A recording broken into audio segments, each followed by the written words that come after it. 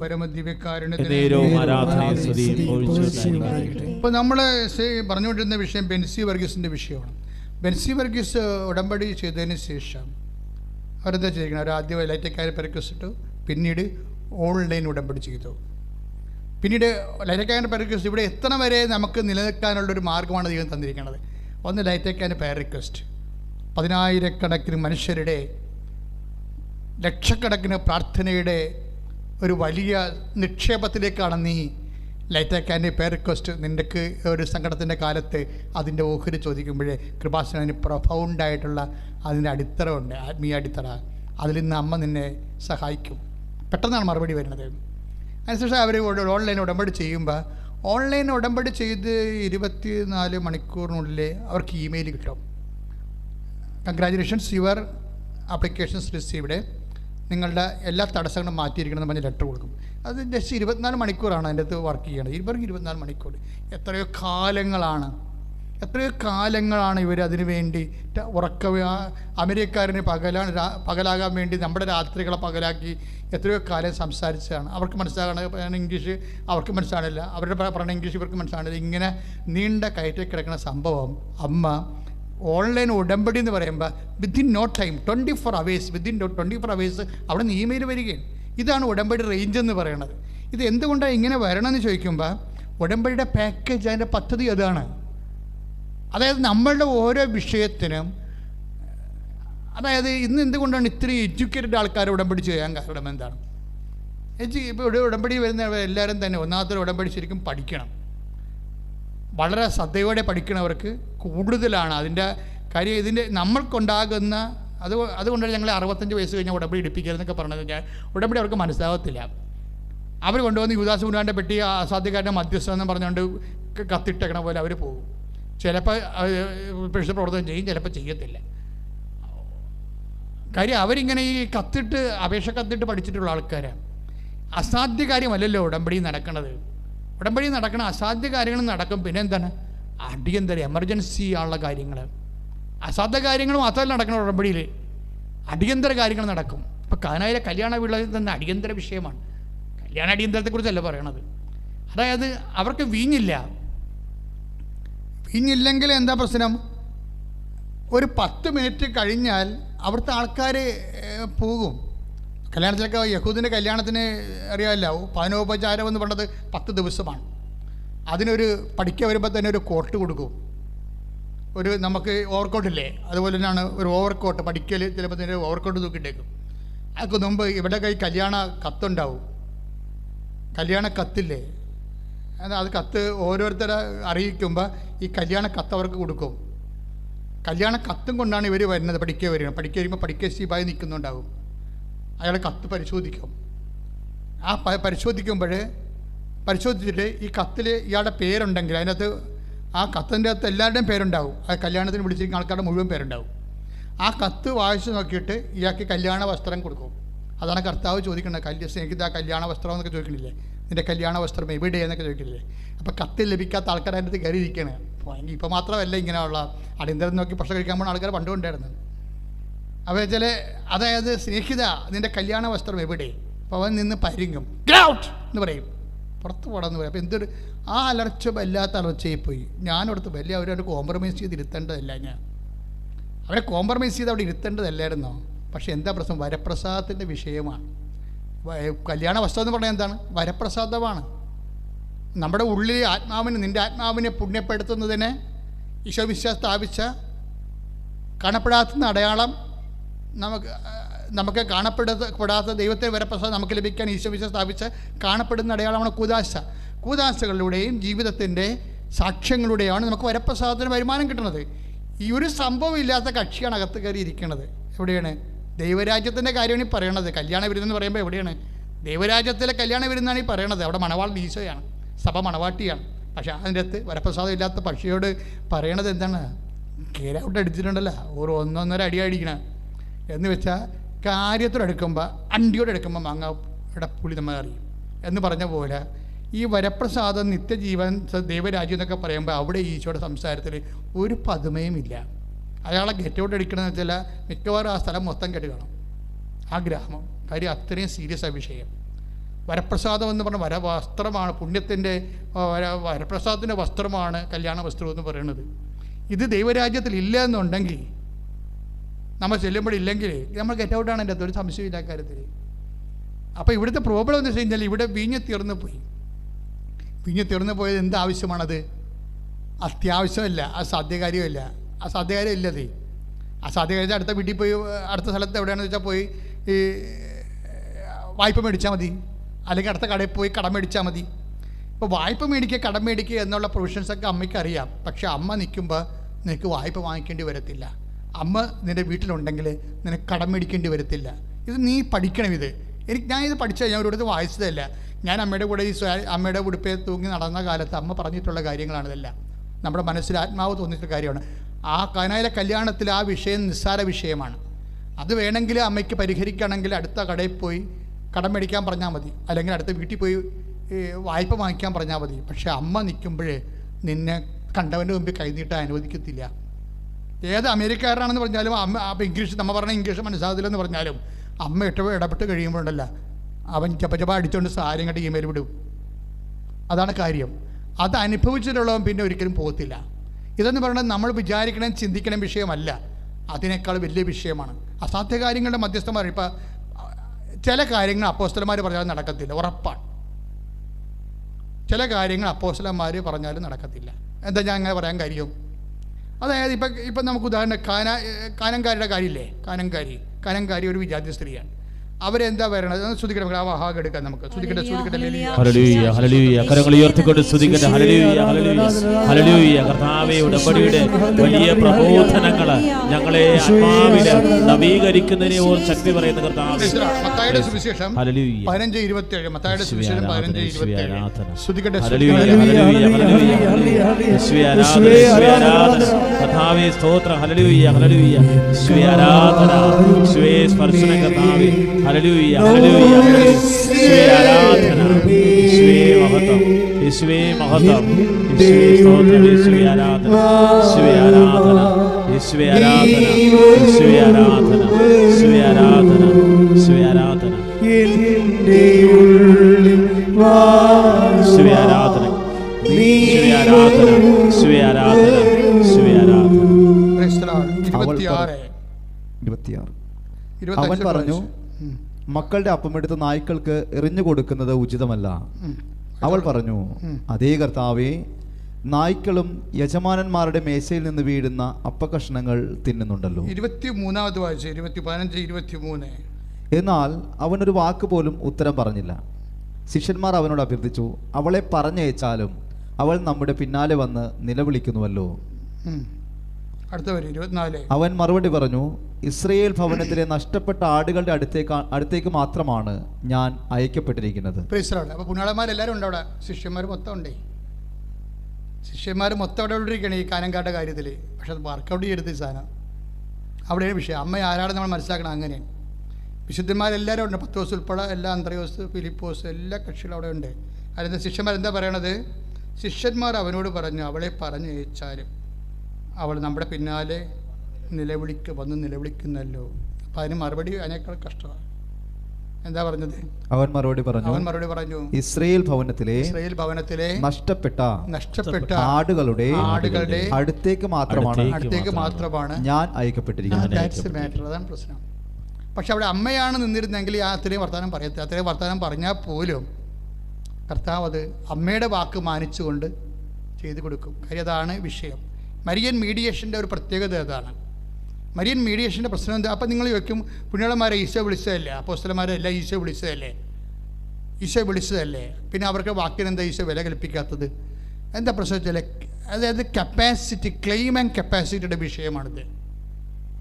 അതാണ് വിഷയം. അതായത് നമ്മൾ ദൈവത്തിൻ്റെ മുമ്പിൽ നിൽക്കുമ്പോഴേ നമ്മുടെ വിശ്വാസത്തിൻ്റെ കപ്പാസിറ്റി പരിശോധിക്കണം. കാര്യം നമ്മുടെ കപ്പാസിറ്റി എന്ന് പറയുന്നത് നമ്മുടെ ക്ലെയിമാണ്. എന്താണ് ക്ലെയിം? ഇപ്പം നീ ദൈവദരിസനം നിൽക്കുന്ന, അപ്പോൾ നീ ദൈവദരിസനം നിൽക്കുമ്പോൾ ഇപ്പം നിൻ്റെ ഉദാഹരണത്തിന് നിൻ്റെ കപ്പാസിറ്റി എന്താണ്? നിൻ്റെ റേറ്റിംഗ് എന്താണ്? ഇപ്പം നീ നിൻ്റെ വീട്ടിലെ നിൻ്റെ ആങ്ങള അവന് അമേരിക്കയിൽ നിന്ന് ഗവൺമെൻറ്റായി എന്നൊക്കെ വരിക എപ്പോഴാണ് വന്നത്? നീ രണ്ടാമത്തെ കുർബാനയ്ക്ക് വേണ്ടി പോകാൻ വേണ്ടി, ആദ്യത്തെ കുർബാനയ്ക്ക് അപ്പനെയും പിള്ളേരൊക്കെ വിട്ടെങ്കിലും രണ്ടാമത്തെ കുർബാനയ്ക്ക് പോകാൻ വേണ്ടി നീ ഇറങ്ങി നിൽക്കുന്ന സമയത്താണ് നിൻ്റെ ആങ്ങള വന്നത്. ആങ്ങള വരുമ്പോൾ അവിടെ വെച്ച് ഈ പണ്ടാരങ്ങളെല്ലാം വന്നത് നമ്മളെ ദൈവത്തിന് അടിച്ചു മാറ്റാനായിരിക്കും. നിങ്ങളെപ്പോഴും ശ്രദ്ധിക്കേണ്ട വിഷയമാണ്. പരിശുദ്ധാത്മാവില്ലെങ്കിൽ പണി പാളും. എന്താ സംഭവം വെച്ച് കഴിഞ്ഞാൽ ഇവരെങ്ങനെ വന്ന് ഇപ്പോൾ ആങ്ങള വന്ന് പറഞ്ഞ കക്ഷി വന്നു. അയാൾ കാനഡയിലായിരുന്നു, അയാൾ വന്നതാണ്. അയാളുടെ പ്രശ്നം എന്ന് വെച്ച് കഴിഞ്ഞാൽ അയാൾ ആണ് ഇവളുടെ മകൻ, പെങ്ങളുടെ മകന് വിസ കൊടുക്കാമെന്ന് പറഞ്ഞിരിക്കുന്നത്. പക്ഷേ ഈ പെങ്ങളിപ്പോൾ എന്താ ചെയ്യാൻ പോണത്? എന്നാൽ സാരി കൊണ്ടേ കഴിച്ചിട്ട് ശരി. അപ്പോൾ പിന്നെ ഭർത്താവിനെ വിളിക്കുന്നെങ്കിൽ പള്ളിയിൽ നിന്ന് വരുമ്പോൾ ഇറച്ചി മേടിച്ചുകൊണ്ട് പോകും, പന്നി മേടിച്ചുകൊണ്ട് പോരാൻ പറയും. ഇപ്പോൾ വേറൊരു പന്നിയായിട്ട് ഇവിടെ മാറും. ഇതാണ് സംഭവം. ആൾക്കാരെങ്ങനെ പരാജയപ്പെടണമെന്ന് ഞാൻ പറഞ്ഞുതരാം. ഇപ്പോൾ വെച്ചാൽ ഒന്നാമത്തെ സംഭവം എന്താണ്? ഒന്നാമത്തെ കുർബാനയ്ക്ക് മക്കളെ വിട്ട് ഭർത്താവിനെയും വിട്ട് അവർ പോയി. രണ്ടാമത്തെ കുർബാനയ്ക്ക് ഇവർ ഒരുങ്ങി പുറത്തേക്ക് വന്നപ്പോഴാണ് ആങ്ങളെ കാനഡയിൽ നിന്ന് വന്നത്. ഇനി ഇവനെ എങ്ങാനും വെറുപ്പിച്ച് കഴിഞ്ഞാൽ മകൻ വീട്ടിൽ നിൽക്കും. അതുകൊണ്ട് കർത്താവിൻ്റെ അടുത്ത് പോകണോ, കുർബാനയ്ക്ക് പോകണോ, ആങ്ങളെ പ്രസാദിപ്പിക്കണോ, ദൈവത്തെ പ്രസാദിപ്പിക്കണോ, ഈ ഒരു സംഭവം എടുത്തു കഴിയുമ്പോൾ മിക്കവാറും ഉള്ള പെണ്ണുങ്ങളെല്ലാം പടഞ്ചായും. എന്താണ്? ആങ്ങളെ പ്രസാദിപ്പിക്കും. ആങ്ങളെ പ്രസാദിപ്പിച്ചുകൊണ്ട് കുർബാനയല്ലേ, കുർബാന നാളെയും കൂടാതെന്ന് പറയും. അതാണ് സംഭവം. ആങ്ങളെ നിത്യത വരെ ഉണ്ടാകുന്നതാണ് ഈ പെലിച്ചായയുടെ ചിന്ത. ഈ പണ്ടാരം മിക്കവാറും നീ കാരണം തന്നെ ഈ മനുഷ്യൻ ദൈവത്തിൽ അകന്നു പോകും. എന്താ കാരണം? ഒന്നുമില്ലെങ്കിലേ അവനെ എന്തെങ്കിലും നല്ല വാക്ക് പറഞ്ഞിട്ട് നിനക്ക് ഇപ്പം അളിയൻ വരും എന്ന് പറഞ്ഞാൽ ഫോണൊക്കെ കൊടുത്തിട്ട് അളിയനോട് സംസാരിച്ചിട്ട് നിനക്ക് നേരെ പള്ളിയിൽ പോകാം. പക്ഷേ പരിശുദ്ധാത്മാവ് നിനക്കില്ലാത്ത കാരണം നീ ഉടനെ വിളിച്ച് പറയുന്നത് എന്താണ്? അളിയൻ വന്ന് കേട്ടാ, അങ്ങനെ വന്നിട്ടുണ്ട്, നിങ്ങളെ പന്നി മേടിച്ചിട്ട് പോരാൻ പറയും. അതാണ് നീ പറയണത്. എന്നിട്ട് നീ സാരിയെല്ലാം കഴിച്ചിട്ട് നീ ഇവിടെ അടുക്കളയിൽ കയറിയൊക്കെ. ഇത് പിന്നെ കുറേ കുളുകുള വർത്തമാനം. നീ മെലിഞ്ഞു പോയില്ല, ചടച്ചു പോയില്ല, ആനയെ കൂനെ ഒരു കാര്യമില്ലേ, അവനെ സോപ്പിടാൻ വേണ്ടി പഞ്ചാരടിക്കും. അതായത് ഇതെല്ലാം ദൈവത്തിനറിയാം. നിൻ്റെ ഉടനെ നിൻ്റെ പെയിൻറ്റ് മാറാൻ കണ്ടില്ലേ? എന്തിനാണ് നിൻ്റെ ഈ ഗ്യാരണ്ടീഡ് ആണ് കളറാണെന്ന് ചോദിക്കാനാണ് പ്രശ്നം. ഓരോ ഇഷ്യൂ ഉണ്ടാകുന്നത് എന്താണ്? നിൻ്റെ വിശ്വാസം ഗ്യാരണ്ടി ഉള്ളതാണോ? പലരുടെയും വിശ്വാസം ഐസ്ക്രീമല്ല, ഈ കേക്കിൻ്റെ പുറത്തിരിക്കുന്ന ബട്ടറാണ് സാധനം. ബട്ടറാണ് അത്. പിള്ളേർക്ക് മാന്തി തിന്നാനുള്ള സാധനമാണ്. നമുക്ക് കേക്ക് മുറിക്കുമ്പോൾ കണ്ടിട്ടില്ലേ? ആരാ വരുന്നത് ആദ്യം? കുഞ്ഞുങ്ങൾ വരും. കുഞ്ഞുങ്ങൾ നമ്മൾ മുറിക്കണമുമ്പോൾ തന്നെ കൈയുടെ അകത്ത് കുഞ്ഞി കൈയും കൊണ്ട് വന്നിട്ട് അതൊക്കെ അതുപോലെ തത്തയും പൂച്ചയും അതുപോലെ തന്നെ പൂവൊക്കെ പറിച്ചു തന്നുകൊണ്ട് പോകും. അപ്പോൾ നമ്മളിവിടെ കൈ പോവും അമ്മ എടുത്ത് തരാം, അമ്മ എടുത്ത് തരാമെന്ന് പറഞ്ഞു കഴിഞ്ഞാൽ അതൊന്നും സമ്മതിക്കത്തില്ല. കൊച്ചുപിള്ളയുടെ സ്വഭാവമാവില്ല. അപ്പോൾ എന്താണ്? കേക്കിൻ്റെ പുറത്തേക്കുള്ള ബട്ടർ കുഞ്ഞുങ്ങൾക്കുള്ളതാണ്. കേക്ക് ഉണ്ടാക്കുന്ന ആൾക്കാരുടെ ഉദ്ദേശം അതാണ്. ഷുഗർ പിടിച്ചപ്പോൾ പ്രായമുള്ളവർക്കുള്ളതല്ലത്, കുഞ്ഞുങ്ങൾക്കുള്ളതാണത്. അവർക്ക് രസം ഉണ്ടാക്കാൻ വേണ്ടി ഉണ്ടാക്കിയിരിക്കുന്നത്. അപ്പോൾ അവരതെങ്ങനെയെങ്കിലൊക്കെ കൈ മുറിച്ചൊക്കെ കൊണ്ടുപോയിക്കൊള്ളും. പക്ഷേ അതിൻ്റെ പ്രശ്നം എന്ന് വെച്ച് കഴിഞ്ഞാൽ ഇതുപോലെ ജീവിതത്തിൻ്റെ ബട്ടർ ഭാഗങ്ങൾ ഇതുപോലെ ഉണ്ടാക്കി വെച്ചിരിക്കുന്ന ഇതുപോലുള്ള ഭാഗങ്ങൾ, മധുരിപ്പിക്കുന്ന ഭാഗങ്ങൾ, ഇത് എന്തുമാത്രം ഉണ്ട് എന്നറിയാനും അത് നിന്നെ എപ്പോഴും ദൈവം ടെസ്റ്റ് ചെയ്തുകൊണ്ടിരിക്കും. എൻ്റെ മക്കൾ, ഇത് അത്ര നിസ്സാരമല്ല കേട്ടോ ക്രിസ്തീയ ജീവിതം എന്ന് പറയുമ്പോൾ. കാര്യം ഇതിൻ്റെ മോട്ടോ എന്ന് പറയുമ്പോൾ നമുക്ക് നിത്യതയല്ലേ. നിത്യതയായത് കാരണം നല്ല പേയ്മെൻറ്റ് കൊടുക്കേണ്ടി വരും. ഇപ്പോൾ കർത്താവ് ഒരു വാക്ക് പറഞ്ഞില്ലേ, എന്താണ്? നിങ്ങൾ വിലക്ക് വാങ്ങപ്പെട്ടവരാണ്. ശ്രുതിക്കട്ടെ ഹല്ലേലൂയ ഹല്ലേലൂയ ഹല്ലേലൂയ ഹല്ലേലൂയ. കരങ്ങൾ ഉയർത്തിക്കൊണ്ട് ശ്രുതിക്കട്ടെ ഹല്ലേലൂയ ഹല്ലേലൂയ ഹല്ലേലൂയ. കർത്താവേ, ഞങ്ങൾ അങ്ങയെ സ്തുതിച്ച് പ്രാർത്ഥിക്കുന്നു. കർത്താവേ, ഞങ്ങളുടെ ജീവിത നിയോഗങ്ങളെ സമർപ്പിക്കുന്നു. കർത്താവേ, ഞങ്ങളുടെ വിദ്യാഭ്യാസം സമർപ്പിക്കുന്നു. ഈശോയെ ആരാധന ആരാധന ആരാധന. ഈശോയെ ആരാധന. ഈശോയെ സ്പർശിക്കണമേ കർത്താവേ. ഹല്ലേലൂയ ഹല്ലേലൂയ ഹല്ലേലൂയ ഹല്ലേലൂയ. കർത്താവേ, സ്പർശിക്കണമേ എന്ന് പ്രാർത്ഥിക്കുന്നു. ഹല്ലേലൂയ ഹല്ലേലൂയ. യേശുവേ ആരാധന, യേശുവേ സ്തോത്രം, യേശുവേ ആരാധന, യേശുവേ ആരാധന, യേശുവേ ആരാധന, യേശുവേ ആരാധന, യേശുവേ മഹത്വം, യേശുവേ ആരാധന, യേശുവേ സ്തോത്രം, യേശുവേ ആരാധന, യേശുവേ മഹത്വം. കരങ്ങൾ ഉയർത്തിക്കൊണ്ട് സ്തുതിക്കട്ടെ. ഹല്ലേലൂയ ഹല്ലേലൂയ ഹല്ലേലൂയ ഹല്ലേലൂയ ഹല്ലേലൂയ. യേശുവേ ആരാധന, യേശുവേ ആരാധന, യേശുവേ സ്തോത്രം, യേശുവേ നന്ദി. നന്ദി കർത്താവേ, സ്തോത്രം ദൈവമേ. ഹല്ലേലൂയ ഹല്ലേലൂയ യേശുവേ സ്തോത്രം, യേശുവേ നന്ദി. നന്ദി കർത്താവേ, സ്തോത്രം ദൈവമേ. ഹല്ലേലൂയ ഹല്ലേലൂയ. കരങ്ങൾ ഉയർത്തിക്കൊണ്ട് സ്തുതിക്കട്ടെ. ഹല്ലേലൂയ ഹല്ലേലൂയ ഹല്ലേലൂയ. യേശുവേ നന്ദി കർത്താവേ, സ്തോത്രം ദൈവമേ. കർത്താവേ, ഞങ്ങൾ അങ്ങയെ സ്തുതിച്ച് പ്രാർത്ഥിക്കുന്നു, ആരാധിക്കുന്നു, നന്ദി പറയുന്നു.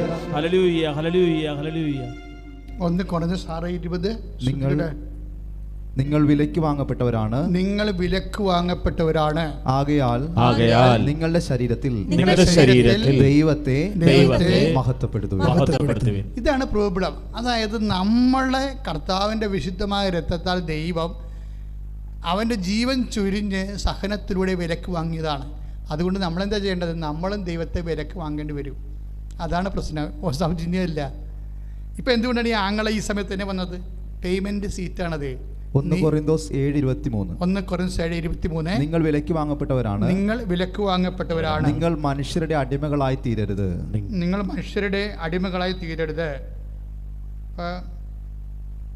1 കൊരിന്തോസ് 7:23. അതായത് നമ്മളെ ദൈവം അവിടുത്തെ വിശുദ്ധമായ രക്തത്താൽ വിലക്ക് വാങ്ങിയതാണ്. അതുകൊണ്ട് തന്നെ ദൈവത്തെ നമുക്ക് കിട്ടണതിന് പേയ്മെൻറ്റ് ചെയ്യണം. പേയ്മെൻ്റ് എന്ന് പറഞ്ഞാൽ എന്താണ്? അതിൻ്റെ അകത്ത് വിശ്വാസമുണ്ട്, പ്രത്യാശയുണ്ട്, ദൈവസ്നേഹമുണ്ട്. ഇപ്പം ആങ്ങളെ വന്നപ്പോൾ ആങ്ങളയോടാണ് ആ സ്നേഹം. പള്ളിയിൽ പോണ അതാ ആങ്ങളുടെ കൂടെ നിന്ന് അവന് പ്രശ്നം കൊടുക്കണ ഒരു ചോദ്യമാണ്. അപ്പോൾ ഈ പെങ്ങളെന്താ സംഭവിച്ചിരിക്കുന്നത്? പെങ്ങൾ പള്ളി നാളെ പോകാൻ സെക്കൻഡ് ഓപ്ഷൻ വെച്ച് കർത്താവിന് സെക്കൻഡ് ഓപ്ഷൻ ആക്കിയിട്ട് ആങ്ങളയെ ഒന്നാമത്തെ ഓപ്ഷനാക്കിയെടുത്ത്. അതാണ് വിഷയം. ഒന്നാമത്തെ ഓപ്ഷനാക്കി.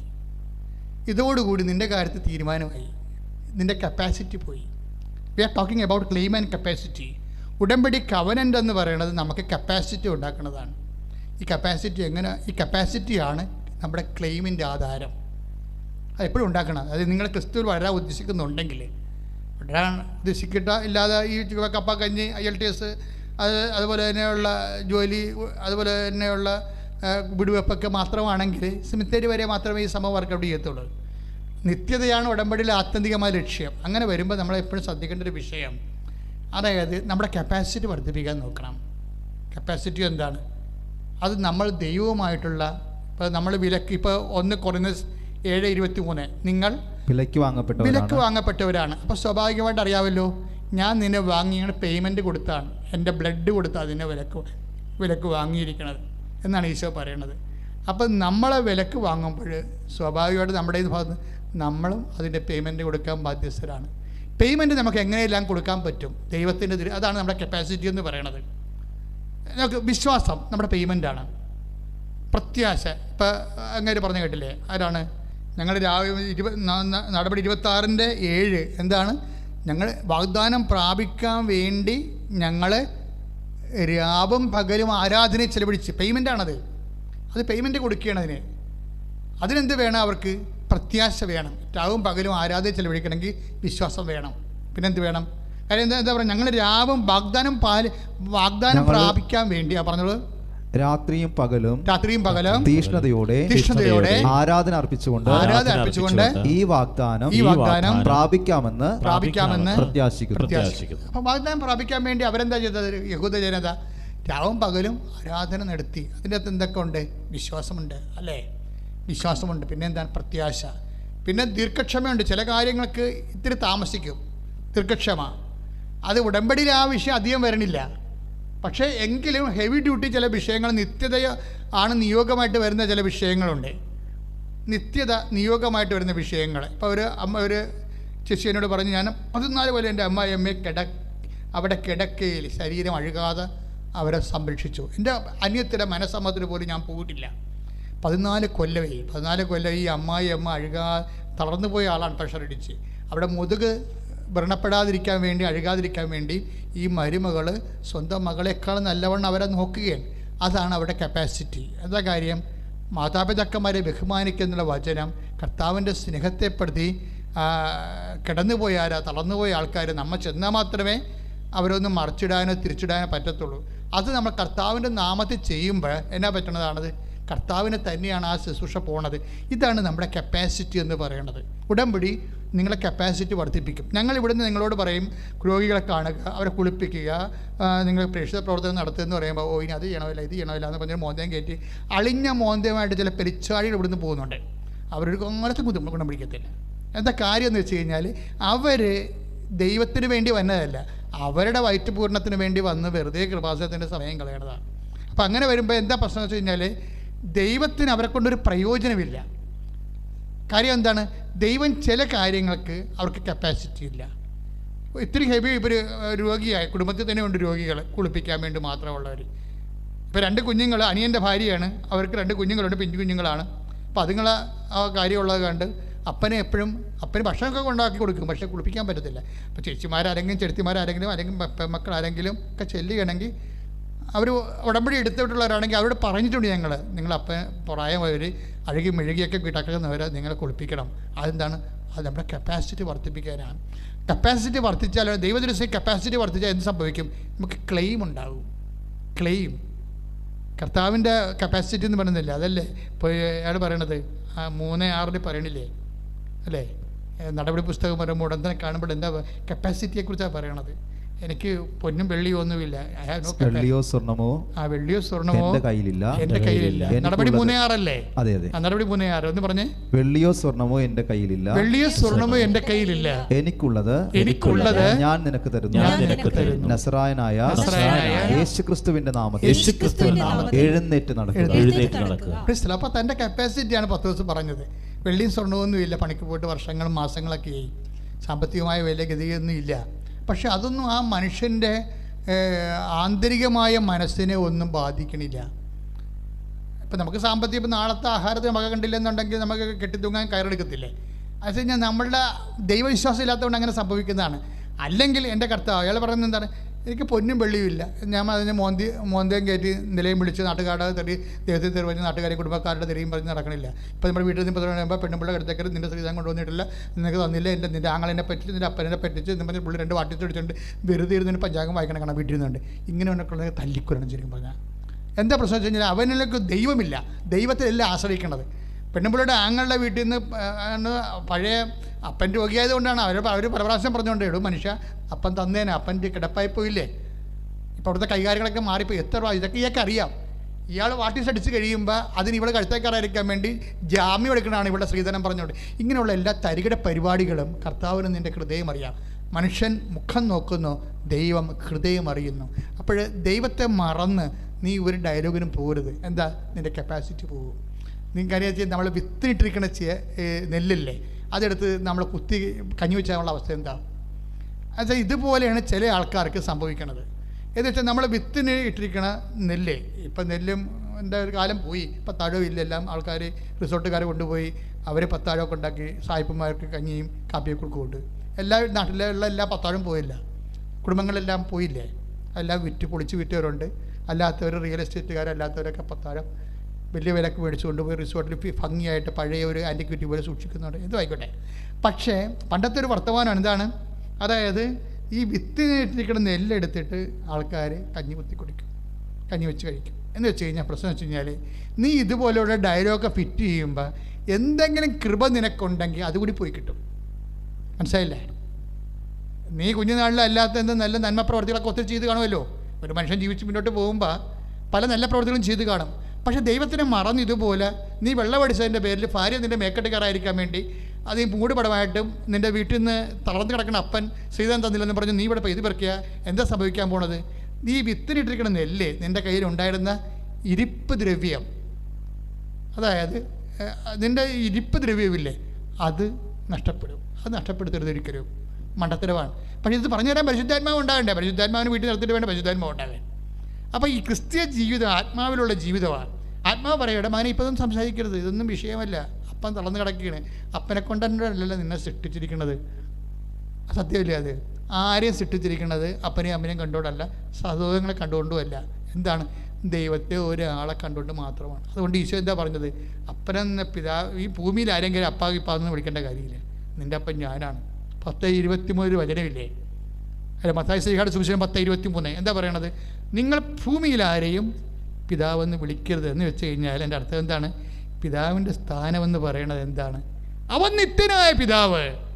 9:54 വായിക്കുക, ഐസയ 9:54 എന്താ പറഞ്ഞത്? അവൻ നിത്യനായ പിതാവ്, സമാധാന പ്രഭു, ദൈവമാണ് പിതാവെന്ന്. ദൈവത്തെ പിതാവെന്ന് വിളിക്കുമ്പോൾ എന്താ പറ്റണത്? നിൻ്റെ പിതാവിൽ നിന്ന് നിനക്ക് ഓഹരി കുറഞ്ഞു പോയാൽ, നിൻ്റെ അമ്മായിയപ്പൻ നിനക്ക് ഓഹരി കുറഞ്ഞു പോയാൽ അത് പിതാവായ ദൈവം നിന്നെ റെക്ടിഫൈ ചെയ്യും. ദൈവത്തെ വിശ്വസിക്കുന്നവർക്ക് ഒന്നിനും കുറവുണ്ടാകത്തില്ലെന്ന് പറഞ്ഞതാരാണ്? എല്ലാ കുറവുള്ളൊരു മനുഷ്യനാണത് പറഞ്ഞത്. കർത്താവിൻ്റെ ഇടയനാകുന്നു, എനിക്കൊന്നിനും കുറവുണ്ടാകത്തില്ലെന്ന് ആരാണ് പറഞ്ഞത്? ഇവിടെ ദാവീദ് പറഞ്ഞാണ്. എപ്പോഴാണ് പറഞ്ഞത്? അതായത് എല്ലാ കുറവും ഉണ്ടെന്ന് ഉള്ളൊരു മനുഷ്യനാണ്. കാര്യം എന്താണ്, സാമൂഹ്യ അഭിഷേക തൈലമായിട്ട് വരുമ്പോൾ ജെസ്സെ ഓരോ മക്കളെ പിടിച്ച് നിർത്തുമ്പോഴേ അവനല്ലെന്ന് ആത്മാവ് സാമൂഹ്യ പ്രവാചകനോട് പറഞ്ഞുകൊണ്ടിരിക്കും. പിന്നെ നിനക്ക് ഇത്രയും മക്കളുള്ളത് ചോദിക്കാൻ പറഞ്ഞു, ഒരുത്തരുണ്ട്, അവൻ എപ്പോഴും പാട്ടും കൂത്തുമായിട്ട് നടക്കുകയാണ്, അവനെ കൊണ്ടൊരു കഥയില്ല, അവനെ ഞങ്ങൾ ആടനെ മേയ്ക്കാൻ പറഞ്ഞ് വിട്ടിരിക്കും, വിളി അവനെന്ന് പറയും. അവൻ വരുമ്പോൾ ആത്മാവ് പറയും, ഇവനാണ് അവൻ. ആരാണ്? അവൻ്റെ തലയിലിട്ട് അഭിഷേക തൈലം ഒഴിക്കും. അവനായി എഴുതിയിരിക്കുന്നത് കർത്താവ് എൻ്റെ ഇടയനാണ്. എന്താ കാര്യം? എനിക്കൊന്നിനും കുറവില്ല. അപ്പൻ എനിക്ക് കുറേ കുറവ് കണ്ടായിരുന്നു, അതുകൊണ്ട് എന്നെ വീട്ടിൽ നിർത്തിയിട്ടില്ല. ഒരിക്കൽ സാവൂൾ ചോദിക്കുവേ, നിനക്ക് വല്ല യുദ്ധം ചെയ്ത് വല്ല പരിചയം ഉണ്ടെന്ന് ചോദിക്കാൻ പറയും, എനിക്കതിൽ കുറവാണ്, എൻ്റെ അപ്പൻ എന്നെ യുദ്ധമൊന്നും പഠിപ്പിച്ചിട്ടില്ല. അപ്പോൾ നിനക്ക് പിന്നെ ഈ ഫിലിസ്തീനെ എങ്ങനെയാണ് നീ കൈകാര്യം ചെയ്യണത്? അത് ഞാൻ കരടിയെയും സിംഹത്തിനൊക്കെ ആടിനെ ആക്രമിക്കാൻ വരുമ്പോൾ ഞാൻ അതിനെ കാലെ പിടിച്ച് നിലത്തിട്ടടിച്ചിട്ടുണ്ട്. മാതാവി, സാവൂളെ എഴുന്നേക്കൂടനെ. കാര്യം സാവൂളൊരു പൂച്ചയെ പോലും കൊന്നിട്ടില്ല. അപ്പോഴാണ് ഒരുത്തമതി നിൽക്കാൻ പറഞ്ഞാൽ ഞാൻ സിംഹത്തെ കൊന്നിട്ടുണ്ടെന്ന്. അപ്പോൾ അതാണ് മനുഷ്യന്മാരുടെ മുമ്പിൽ എല്ലാ കുറവുള്ള ആളാണ്, യുദ്ധം പഠിച്ചിട്ടില്ല. അതുകൊണ്ട് ഗോലിയാത്തിനെ കാണുമ്പോഴെന്താ പറയണത്? നീ നിൻ്റെ വാളിലും കുന്തത്തിലുമൊക്കെയാണ് ആശ്രയിക്കുന്നത്. ഞാൻ എൻ്റെ ദൈവമായ കർത്താവിലാണ് ആശ്രയിക്കുന്നത്. ഞാൻ ദാവീദിൻ്റെ കല്ലറയിൽ പോയി എന്ന് കണ്ണീരോടെ ഒരു ജപമാല മൊത്തം ചൊല്ലിയതാണ്. അതിൻ്റെ പേരിൽ എൻ്റെ കൂടെ ഉണ്ടായിരുന്ന ആൾക്കാരെല്ലാം എന്നെ അറിയാതെ പോയി കളഞ്ഞതാണ്. എന്നിട്ട് ഞാൻ പഴയ ജെറുസലേം മുഴുവനും 3 മണിക്കൂർ ഞാനും വിജയകുമാരൻ കൂടി അലഞ്ഞു നടന്നാണ് നട്ടപ്രാന്തം വെയിലത്ത്. അത്രയും മനസ്സുരുകി പ്രാർത്ഥിച്ചാണ്. കാര്യം ദാവീദ് ആരാണെന്ന് എനിക്കറിയാമായിരുന്നു. ഞാൻ എന്ന് ഈശോയോട് ചോദിക്കുമായിരുന്നു, ഈശോ ദാവീദ് കുറേ കുഴപ്പങ്ങളൊക്കെ കാണിച്ച ആളല്ലേ, പിന്നെ നീ എന്തിനാ എപ്പോഴും അവനെക്കുറിച്ച് പറയണമെന്ന്? അവനെക്കുറിച്ച് പറയാൻ കാര്യം അവൻ ദൈവം എന്ന് മാത്രമേ അവൻ്റെ ജീവിതത്തിലുള്ളൂ. ദൈവം ആരാണെന്ന് അവനെ അറിയാം. കുറച്ച് കാര്യങ്ങളൊക്കെ കൈപ്പിശക് സ്വന്തം ശരീരത്തിൻ്റെ പരവശ്യങ്ങൾ കൊണ്ടുണ്ടായി പോയിട്ടുണ്ടെങ്കിലും ദൈവം അവനെ കൈവിട്ട് കളഞ്ഞിട്ടില്ല. അവനെ എഴുതി വെച്ചിരിക്കുന്ന സാധനമാണ്, എൻ്റെ അപ്പൻ എന്നെ തിരക്കിയിട്ടില്ല, യുദ്ധം പഠിപ്പിച്ചിട്ടില്ല, എന്നെ ആ മക്കളിൽ ഒരു നല്ല ആളായിട്ട് കണ്ടിട്ടില്ല. അതുകൊണ്ട് എന്നെ കാടിനെയും പശുവിനെയും മേയ്ക്കാൻ വിട്ടതാണ്. എനിക്കെല്ലാ കുറവുമുണ്ട്, പക്ഷേ കർത്താവ് എൻ്റെ ഇടയനായത് കാരണം ഈ കുറവൊന്നും ഞാൻ അംഗീകരിക്കത്തില്ലെന്ന്. അതാണ് പ്രശ്നം. എനിക്കൊന്നും മുട്ടുണ്ടാവില്ലെന്നില്ലേ, എനിക്ക് കുറവൊക്കെ ഉണ്ട്, പക്ഷേ ഞാൻ അംഗീകരിക്കത്തില്ല. എന്താ കാര്യം? എല്ലാ കുറവിനെയും നികർത്തുന്നവനാണ് എൻ്റെ കർത്താവാണ് എൻ്റെ ഇടയനെന്ന് പറയും. ഇതാണ് ദൈവപൈതലെ ഇല്ലായ്മക്കാരൻ്റെ ഒരു വിശ്വാസം എന്ന് പറയുന്നത്. അവന് സൗന്ദര്യമില്ല, ആരോഗ്യമില്ല, അവന് സ്കില്ലില്ല, അവന് പെർഫോമൻസ് ഇല്ല, അവന് കപ്പാസിറ്റി ഇല്ല, അവന് പ്രൊഫഷൻസി ഇല്ല, അവന് പ്രൊഫൗണ്ട് അല്ല, അവന് ഒരു പ്രൊഫഷണലിസം ഇല്ല, ഒരു കോപ്പുമില്ല. പച്ച മലയാളത്തിൽ പറഞ്ഞ നാട്ടുകാരുടെ നാട്ടുഭാഷ പറഞ്ഞ ആർക്കെങ്കിലും ബുദ്ധിമുട്ടുകൊണ്ട് ക്ഷമിക്കുക. പക്ഷേ ഞാൻ ആ കാര്യത്തിൻ്റെ ഈ വിഷമം പറയാൻ വേണ്ടി പറഞ്ഞതാണ്. എന്താ വിഷയമെന്ന് വെച്ച് കഴിഞ്ഞാൽ, അങ്ങനെ വരുന്നൊരു വിഷയത്തിൽ ദാവീദ് പക്ഷേ അത് അംഗീകരിക്കണില്ല. അവന് കർത്താവുള്ളപ്പോൾ എല്ലാം ഉണ്ടെന്നാണ് പറയണത്. ഇതാണ് നിലപാടെന്ന് പറയണത്. നിൻ്റെ വീട്ടിലെ ഓരോരോ ഇല്ലായ്മക്കാർ, അവർ തന്നില്ല, ഇവർ തന്നില്ല, അവരങ്ങനെ അന്ന് എന്നെ കയറ്റിവിട്ടത് ഞാൻ ഇന്ന് എവിടെ ഇരുന്നേനും, എന്നെ അന്ന് അയാൾക്ക് കെട്ടിയിരുന്നെങ്കിൽ എത്ര കല്യാണക്കാര്യം വന്നാണ് വീട്ടുകാർ സമ്മതിക്കഴിഞ്ഞിട്ടല്ലേ, അയാളെയാണ് ഞാൻ കെട്ടിയിരുന്നെങ്കിൽ ഇന്ന് എന്ത് മെച്ചം ഉണ്ടായിരുന്നു. ഇപ്പോൾ ഞാൻ നിങ്ങളൊരു കണ്ടാമൃഗത്തിൽ കാണിച്ചു തന്ന് അതിൻ്റെ പുറകെ ഇപ്പോൾ കെട്ടിയത് കൊണ്ടല്ലേ ഞാൻ ഇങ്ങനെ അവക്കപ്പെട്ട് പോകുന്നത്. ഇങ്ങനെ കഴിഞ്ഞകാല സംഭവം വരാൻ പോണ സംഭവത്തോട് നിരാശയും വേദനയും ഭാരവും ദൈവത്തിന് മറന്നുള്ള സംസാരവും ദൈവത്തിലെ ഈ ഉടമ്പടിയോടുകൂടി എല്ലാം നീ അവസാനിപ്പിക്കണം. നിനക്കൊന്നും നഷ്ടപ്പെട്ടിട്ടില്ല, നിനക്കെല്ലാം നേടാൻ വേണ്ടി ദൈവം നിനക്ക് ഒരവസരം തന്നിരിക്കുകയാണ്. ഇനി ദൈവം മാത്രമെന്നും പറഞ്ഞ് ജീവിക്കാൻ നിനക്കൊരു കൃപ കൂടി കിട്ടട്ടെ. സ്തുതിക്കട്ടെ. കരങ്ങൾ ഉയർത്തിക്കൊണ്ട് സ്തുതിക്കട്ടെ. ഹല്ലേലൂയ, ഹല്ലേലൂയ. കർത്താവേ, വലിയ പ്രബോധനത്തിലൂടെ കർത്താവേ ഉടമ്പടി ധ്യാനത്തിന്റെ നന്ദി പറയുന്നു. കർത്താവേ കേട്ട വചനങ്ങള് ഹൃദയത്തിൽ സ്വീകരിച്ചുകൊണ്ട് കർത്താവേ ഉടമ്പടി നിബന്ധനകൾ പാലിച്ച് ദൈവം മാത്രമാണ് ഞങ്ങളുടെ കൂടെ ബോധ്യത്തിൽ ജീവിക്കാൻ ഈശോയെ ഞങ്ങൾ ദൈവികാരുണ്യത്തിൽ മുദ്ര ചെയ്യുന്നതിന് പ്രാർത്ഥിക്കുന്നു. യേശുവേ ആരാധന, ആരാധന. ഈശോയെ ഞങ്ങൾ അങ്ങേ സ്തുതിക്കുന്നു, ഈശോയെ ഞങ്ങൾ അങ്ങേക്ക് ആരാധന. ഹല്ലേലൂയ. യേശുവേ നന്ദി, യേശുവേ ആരാധന. കർത്താവേ ഞങ്ങളെ സ്പർശിക്കണമേ വലിയ നിമിഷത്തിലൂടെ, അനുഗ്രഹ നിമിഷത്തിലൂടെ ഞങ്ങൾ അങ്ങേക്ക് നന്ദി പറയുന്നു. യേശുവേ ആരാധന. ദാവീദിന്റെ കപ്പാസിറ്റി എന്ന് പറഞ്ഞാൽ എന്താണ്? അവന് യുദ്ധം പഠിപ്പിച്ചിട്ടില്ല, പക്ഷേ കർത്താവ് അവന് യുദ്ധം പഠിപ്പിച്ചു. അവൻ്റെ ആട്ടിൻപറ്റങ്ങളിലേക്ക് സിംഹങ്ങളെ പറഞ്ഞു വിട്ടു. അവസാന സമൂഹങ്ങളെ തല്ലിക്കൊല്ലേണ്ടത് അവൻ്റെ ഒരു നിലനിൽപ്പിൻ്റെ ആവശ്യമായി. നിൻ്റെ നിലനിൽപ്പിൻ്റെ ഒരു ആവശ്യമായിട്ട് പല രീതിയിൽ നീ സങ്കടങ്ങളെയും ക്ലേശങ്ങളെയും പ്രതിരോധിക്കേണ്ടി വരുന്ന ഒരവസ്ഥ കർത്താവ് നിന്നെ യുദ്ധം പഠിപ്പിക്കുകയാണെന്നുള്ള ബോധം ദാവീദിനുണ്ടായിരുന്നതുകൊണ്ട് യുദ്ധം പഠിച്ചുള്ള ചേട്ടന്മാരെക്കാളും അവൻ വലിയ ധന്യനാണെന്ന് പറഞ്ഞാൽ കർത്താവ് എൻ്റെ ഇടയനാകുന്നു, എനിക്കൊന്നിനും കുറവുണ്ടാകത്തില്ല. 1 സാമുവേൽ 17:45 ദാവീദ് പ്രതിവചിച്ചു, വാളും കുന്തവും ചാട്ടുളിയുമായി നീ എന്നെ നേരിടാൻ വരുന്നു. ഞാനാകട്ടെ നീ നിന്ദിച്ച ഇസ്രായേൽ സേനകളുടെ ദൈവമായ സൈന്യങ്ങളുടെ കർത്താവിന്റെ നാമത്തിലാണ് വരുന്നത്. ഈ കർത്താവിൻ്റെ നാമത്തിൽ അതാണ് ഇവിടെ കപ്പാസിറ്റി എന്ന് പറയുന്നത്. അത് തന്നെയാണ് ഇത് 10 ദിവസം പറയണത്, പൊന്നും വെള്ളിയും എൻ്റെ കയ്യിലില്ലെന്ന്. ഈ വചനങ്ങളെല്ലാം യോജിച്ചു പോണതാണ്. 3:6 പൊന്നും വെള്ളിയും എൻ്റെ കയ്യിലില്ല. നസ്രായനായ യേശുവിൻ്റെ നാമത്തിൽ, കർത്താവിൻ്റെ നാമത്തിൽ നീ എഴുന്നേറ്റ് നടക്കുക. അപ്പോൾ ഇതിൻ്റെ ക്ലെയിം എന്ന് പറയുന്നത് എന്താണ്? ദൈവത്തിൻ്റെ നാമമാണ്. എന്ന് വെച്ചാൽ ദൈവത്തിൻ്റെ നാമത്തിന് മഹത്വത്തിന് വേണ്ടി നമ്മൾ ജീവിച്ചതെല്ലാം, നമ്മുടെ സാക്ഷ്യങ്ങളെല്ലാം നമ്മുടെ കപ്പാസിറ്റിയാണ്. അത് തന്നെയാണ് നമ്മുടെ കപ്പാസിറ്റി തന്നെയാണ് നമ്മുടെ ക്ലെയിം എന്ന് പറയുന്നത്. ക്ലെയിം ഇല്ലാതെ ഒരു ക്രിസ്ത്യാനിയായിട്ട് നമുക്ക് പുലരാൻ പറ്റത്തില്ല. ദൈവത്തിൻ്റെ തിരുസന്നിധി വരുമ്പോൾ നീ കപ്പാസിറ്റി ഉള്ളവനായിരിക്കണം. ദാവീദിനെ പോലെ പറയാൻ കഴിയില്ല ഞാൻ സിംഹങ്ങളെ കൊന്നിട്ടുണ്ടെന്ന് പറയണം. പക്ഷേ ആരാണ് കൊന്നതെന്ന് ദാവീദിനറിയാം. കർത്താവാണത് കൊന്നത്. ദാവീദ് എന്താ ചെയ്തത്? ദാവീദ് കർത്താവിൽ വിശ്വസിച്ചു, കർത്താവിൽ പ്രത്യാശിച്ചു. അതുപോലെ കർത്താവിലെ ദീർഘക്ഷമയോടെ കർത്താവിൻ്റെ പ്രവർത്തനങ്ങളെ കാത്തിരുന്നു. ചില കാര്യങ്ങൾ ഇത്തിരി താമസിക്കുകയാണെങ്കിൽ അതിന് ദീർഘക്ഷമ വേണം. എബ്രാഹത്തിന് ദീർഘക്ഷമ ഉണ്ടായെന്നാണ് കർത്താവിൻ്റെ വചനത്തിൽ നമ്മൾ വായിക്കുന്നത്. അതായത് ഹെബ്രായർ 6:15 ശ്രുതികടെ ഹല്ലേലൂയ ഹല്ലേലൂയ ഹല്ലേലൂയ ഹല്ലേലൂയ. കർത്താവേ ഞങ്ങളോട് സംസാരിക്കുന്നതിനെ ഓർത്ത് നന്ദി പറയുന്നു. യേശുവേ ആരാധന ആരാധന ആരാധന. ഹല്ലേലൂയ ഹല്ലേലൂയ ഹല്ലേലൂയ. ദീർഘക്ഷമയോടെ കാത്തിരുന്ന് ഈ വാഗ്ദാനം പ്രാപിച്ചു. ദീർഘക്ഷമയും വാഗ്ദാനം പ്രാപിക്കാൻ ആവശ്യമായ സംഭവമാണ്. ചില വിഷയങ്ങൾക്ക് നമുക്ക് ദീർഘക്ഷമ വേണം. ചില വിഷയങ്ങൾക്ക് ദീർഘക്ഷമ വേണം എന്ന് വെച്ചാൽ ദീർഘക്ഷമ പ്രത്യാശയാണ്. അതായത് ആ വിഷയം മച്ചുറായി വരണമെങ്കിൽ ഇത്തിരി സമയമെടുക്കും. അപ്പം നമ്മൾ ഓടുന്ന വണ്ടിയുടെ അകത്ത് കിടന്ന് ഓടി വ്യഗ്രത കാണിച്ച് നമ്മുടെ ആധ്യാത്മിക പാപ്പരത്വം കർത്താവിനെ ബോധ്യപ്പെടുത്തി അവസാനം പണി മേടിക്കാതിരിക്കാൻ നോക്കണം. വെയിറ്റ് ചെയ്യുക. കർത്താവ് അളിച്ച് ചെയ്ത കാര്യങ്ങൾ നിറവേറുമെന്ന് വിശ്വസിച്ചു. എപ്പോഴായാലും അത് നിറവേറും. എപ്പോഴായാലും അത് അമ്മയുടെ ഒരു ഗുണം അതാണ്, ദീർഘക്ഷമ ഉണ്ടായിരുന്നു. കർത്താവിനോട് അടിച്ചത കാര്യങ്ങളാണെങ്കിൽ എപ്പോഴായാലും അത് നിറവേറുമെന്ന് അമ്മ വിശ്വസിച്ചു. 1:45 ലൂക്കാ സുവിശേഷത്തിൽ. അതാണ് ദീർഘക്ഷമയെന്ന് പറയണത്. അപ്പം ചില കാര്യങ്ങൾ നമ്മൾ പ്രത്യാശിച്ച് കാത്തിരുന്ന് പ്രാപിക്കേണ്ട വിഷയമാണ്. അപ്പം ഇതെല്ലാം നമ്മൾ കണ്ട വിശ്വാസം, നമ്മൾ കണ്ട പ്രത്യാശ, നമ്മൾ കണ്ട ദീർഘക്ഷമ, ഇതെല്ലാം ഉടമ്പടി വഴി വാഗ്ദാനം പ്രാപിക്കാൻ നമുക്കാവശ്യമായ മനോഗുണങ്ങളാണ്. വിശ്വാസം, പ്രത്യാശ, ദീർഘക്ഷമ. പ്രാർത്ഥിക്കുക. കർത്താവായ ദൈവമേ, ഉടമ്പടി എടുത്തവരും ഉടമ്പടി എടുക്കാതിരിക്കുന്നവരും അവർക്ക് ആവശ്യമായ ആധ്യാത്മികമായ കഴിവ്, വിശ്വാസം, പ്രത്യാശ, ദീർഘക്ഷമ, ദൈവിക പുണ്യങ്ങളാൽ ഞങ്ങൾ എല്ലാവരെയും പ്രായോഗികമായി അഭിഷേകം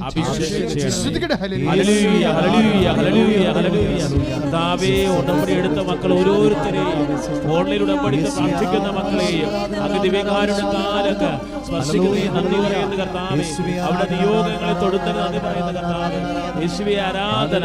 ഹല്ലേലൂയ ഹല്ലേലൂയ ഹല്ലേലൂയ. യേശുവേ ആരാധന, യേശുവേ ആരാധന. കർത്താവേ അങ്ങേ ആരാധിക്കുക.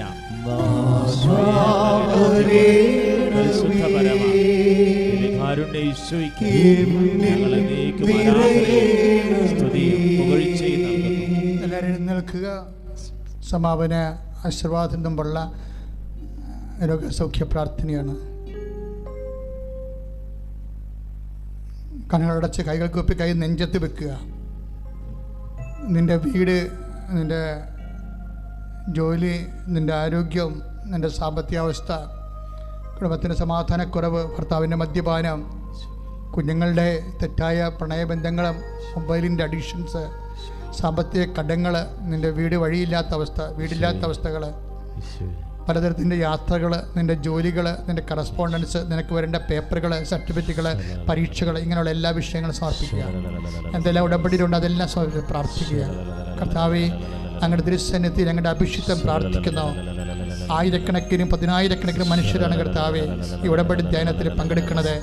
അവരുടെ എല്ലാ വിഷയങ്ങളും ഇപ്പോഴ് പരിശുദ്ധ അമ്മയുടെ മധ്യസ്ഥത്തിലെ യേശുവിൻ്റെ നാമത്തിൽ ഞാൻ ആശീർവദിക്കുന്നു. കർത്താവ്, മാരക രോഗികളെ യേശുവിൻ്റെ നാമത്തിൽ ഇപ്പോൾ സൗഖ്യപ്പെടട്ടെ എന്ന് പ്രാർത്ഥിക്കുന്നു. കർത്താവ്, ത്വക്ക് രോഗികളെ, കിഡ്നി രോഗികളെ, കരൾ രോഗികളെ, മഹോദ രോഗികളെ, ത്രോൺസൈറ്റ് അസുഖമുള്ളവരെ, തൈറോയ്ഡ് അസുഖമുള്ളവരെ, തലയ്ക്ക് വേദനയുള്ളവരെ, തലക്കിൻ്റെ ഞരമ്പുകൾക്ക് കിടന്ന് വീക്കമുള്ളവരെ, ഹൃദയത്തിന് ബ്ലോക്കുള്ളവർ, കരളിൽ വേദമുള്ളവർ, കിഡ്നി രോഗികൾ, കർത്താവ്, വാതരോഗികൾ, ഉള്ളംകാൽ മുതൽ ഉച്ചവരെ യേശുക്രിസ്തുവിന്റെ ഉന്നതമായ നാമത്തിൽ നീ സൗഖ്യം പ്രാപിക്കട്ടെ.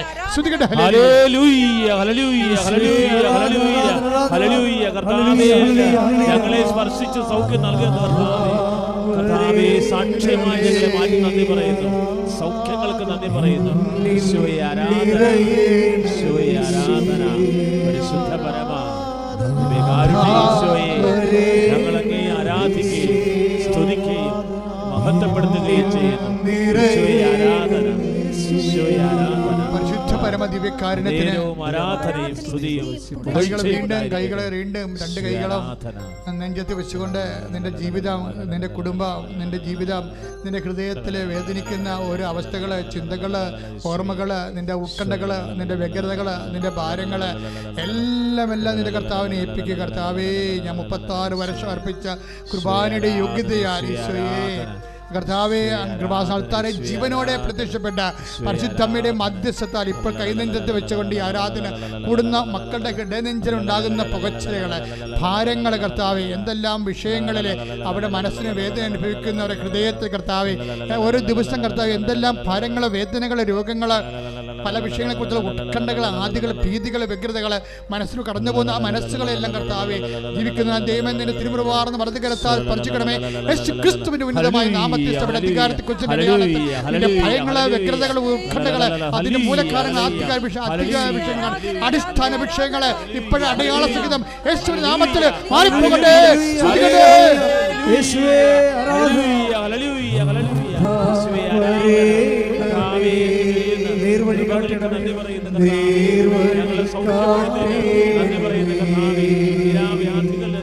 ഞങ്ങളെ വീണ്ടെടുത്ത് നന്ദി പറയുന്ന കർത്താവേ, ഈ ആരാധന ആയിരുന്നു കൊണ്ട്, ഓൺലൈൻ ആയിരുന്നു കൊണ്ട്, തത്സമയം മക്കളെ അങ്ങ് സ്പർശിച്ച് നന്ദി പറയുന്നു. ഈശോയെ ആരാധന. നമുക്ക് സമാപനാശീർവാദം സ്വീകരിക്കാം. ദിവ്യകാരുണ്യനാഥന്റെ ആശീർവാദം നമുക്ക് ശിരസ് നമിച്ച് സ്വീകരിക്കാം. മൗനമായിട്ട് നമ്മുടെ വിഷയങ്ങൾ ദിവ്യകാരുണ്യ സന്നിധിയിൽ സമർപ്പിക്കാം.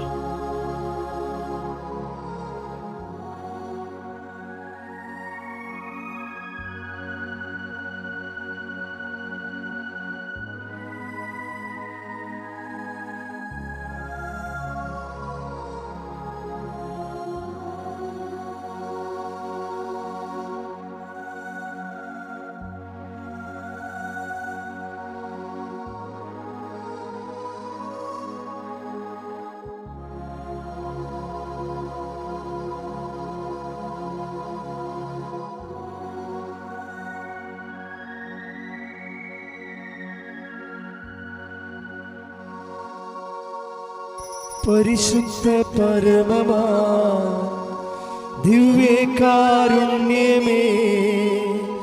എന്നുമെന്നും അങ്ങേക്കാരാധന. പരിശുദ്ധ പരമമാ ദിവ്യകാരുണ്യമേ, എന്നുമെന്നും അങ്ങേക്കാരാധന. പരിശുദ്ധ പരമമാ ദിവ്യകാരുണ്യമേ, എന്നുമെന്നും അങ്ങേക്കാരാധന.